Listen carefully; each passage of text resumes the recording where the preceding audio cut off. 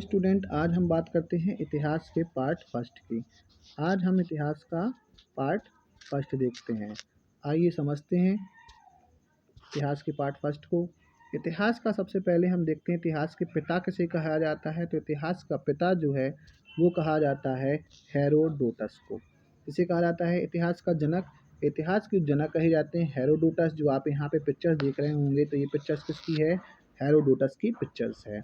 आइए देखते हैं। हेरोडोटस ने एक पुस्तक लिखी थी जिसका नाम था हिस्टोरिका। क्या पुस्तक का क्या नाम था? हिस्टोरिका। इन्होंने एक पुस्तक लिखी थी जिसका नाम था हिस्टोरिका। इसलिए हिस्टोरिका से हिस्ट्री बना। हिस्ट्री का मतलब होता है इतिहास। इतिहास मतलब पूर्व की बातें। आइए आगे चलते हैं, आगे बात करते हैं इतिहास के प्रकारों की। तो इतिहास के जो है हमारे सामने 3 प्रकार देखने को मिलते हैं। प्राक ऐतिहासिक काल, आग ऐतिहासिक काल, ऐतिहासिक काल। हम इनकी परिभाषाओं की बात करते हैं। तो प्राक ऐतिहासिक काल एक ऐसा काल था जिसमें हमें वस्तुएं तो मिली, लेकिन उसमें ना ही हमें कुछ लिखा हुआ मिला, ना ही उन्हें हम पढ़ सके। जब कुछ लिखा हुआ नहीं मिला तो पढ़ेंगे कहाँ से? दूसरी चीज़ है आग ऐतिहासिक काल। इसमें हमें लिखा हुआ तो मिला, लेकिन उसे पढ़ा नहीं जा सका। ऐतिहासिक काल में हमें लिखा हुआ भी मिला और इसे हम पढ़ भी सके। आइए हम इनके पार्टों की बात करें। तो ऐतिहासिक काल को 4 भागों में बांटा गया है। प्राचीन इतिहास, मध्य इतिहास, आधुनिक इतिहास और विश्व इतिहास। आइए और इनके पार्टों की बात करते हैं। तो देखते हैं। तो इतिहास की अगर हम बात करें तो प्राक ऐतिहासिक काल को 4 भागों में बांटा गया है। पहला है प्रापाषाण काल, दूसरा है मध्यपाषाण काल, तीसरा है नवपाषाण काल, चौथा है ताम्रपाषाण काल। इसके बाद आगे ऐतिहासिक काल की बात करते हैं। तो आगे ऐतिहासिक काल को 3 भागों में बांटा गया है। सिंधु सभ्यता, कांसा सभ्यता, हड़प्पा सभ्यता। और ऐतिहासिक काल को हमने 5 भागों में बांटा है। प्राचीन काल, मध्यकाल, आधुनिक काल, नेहरू काल और विश्व इतिहास। ठीक है। सबसे पहले आज हम कौन सा टॉपिक निपटा लेंगे? तो आज हम प्रागैतिहासिक काल की बात करेंगे। प्रागैतिहासिक काल में 4 भागों को पढ़ेंगे। प्रापाषाण काल, मध्यपाषाण काल, नवपाषाण काल, ताम्रपाषाण काल। आइए देखते हैं इनके बारे में। तो सबसे पहले हम बात करते हैं किसकी? प्रापाषाण काल की। इसकी बात करते हैं प्रापाषाण काल की। तो प्रापाषाण काल में आपको इन वस्तुओं चीज़ों को देख करके आपको लग रहा होगा कि किस प्रकार का वातावरण होगा उस समय। ये लगभग बहुत साल पुराना था। आइए देखते हैं प्रापाषाण काल की बात करते हैं। तो प्रापाषाण काल में हम जो मनुष्यों को देखेंगे तो वो मनुष्य कैसे दिख रहे हैं? हमें आदि मानव के जैसे दिख रहे हैं। तो जी कैसा मनुष्य था? आदि मानव था। सबसे पहले ऑस्ट्रेलोपैथिकस, ऐसे कई टाइप्स के आए हैं। लेकिन हमें इतना ध्यान रखना है कि प्रापाषाण काल में जो मानव थे वो किस प्रकार के थे? आदि मानव थे। और आदि मानव के बाद में आप आगे बात करें तो ये आदि मानव कैसे थे? तो ये शिकार करते थे। क्या करते थे? शिकार।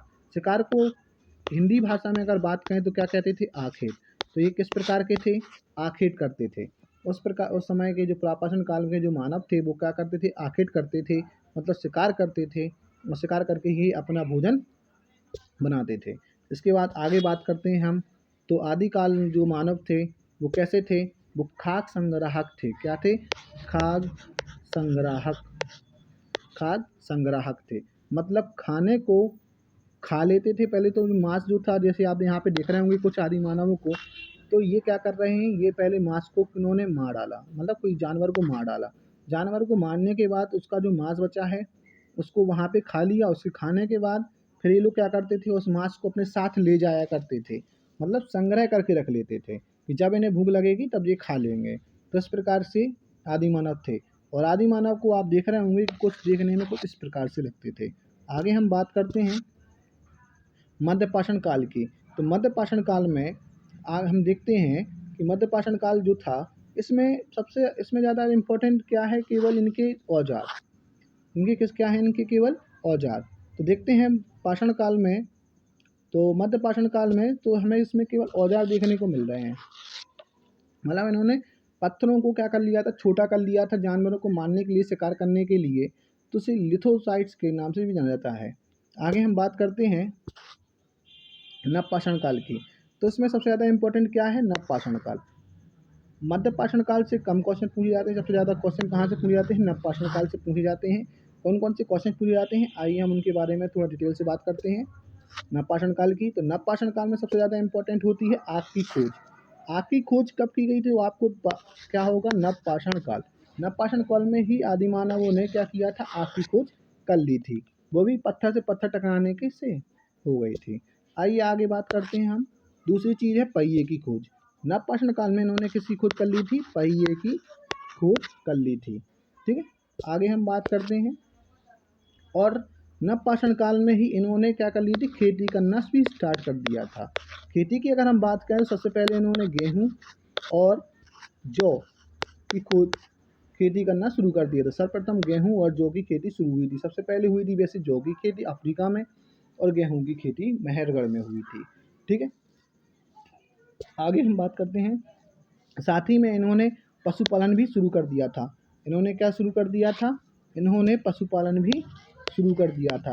और पशुपालन में सबसे पहले इन्होंने कौन सा जंतु सबसे पहले पाला था? तो सबसे पहले इन्होंने कुत्ता, कौन सा? कुत्ता जो था, सबसे पहले इन्होंने कुत्ते को पालना शुरू कर दिया था। आगे हम बात करते हैं आवास। तो इन्होंने आवास भी शुरू कर दिया था। इन्होंने आवास में रहना भी शुरू कर दिया था। और आवास के साथ साथ इन्होंने अंत्योष्टि भी प्रारंभ कर दिया था। अंत्योष्टि भी इन्होंने प्रारंभ कर दिया था, जो कि पहले मध्यपाषाण काल में किया था। अंत्योष्टि मतलब होता है अंतिम, जैसे सबको दहन कर देना। ठीक है, अब इसमें हम देखते हैं तो जो इनका जो आवास था नवपाषाण काल में, वो कुछ इस प्रकार से देखने को मिलता है हमें। जो ये इन्होंने आवास बनाया है, ये म्यूजियम में रखा हुआ है, और इन्होंने कुछ इस प्रकार से बनाया हुआ था अपना आवास रहने के लिए। ठीक है, तो हमने क्या क्या देखा? इन्होंने पहिए का भी आविष्कार किया था, आग की खोज भी कर ली थी, आवास की कर लिया था, और साथ ही में अंत्योष्टि भी कर ली थी। और आगे हम बात करते हैं मन का। ये जो आप घड़ी सामान की जो आकृति दिख रहे होंगे, इसको क्या कहते हैं? मन का। इन्होंने मनके का भी आविष्कार कर लिया था। ठीक है, तो इन्होंने मन का भी बना लिया था। ठीक है, आज के लिए इतना ही। धन्यवाद।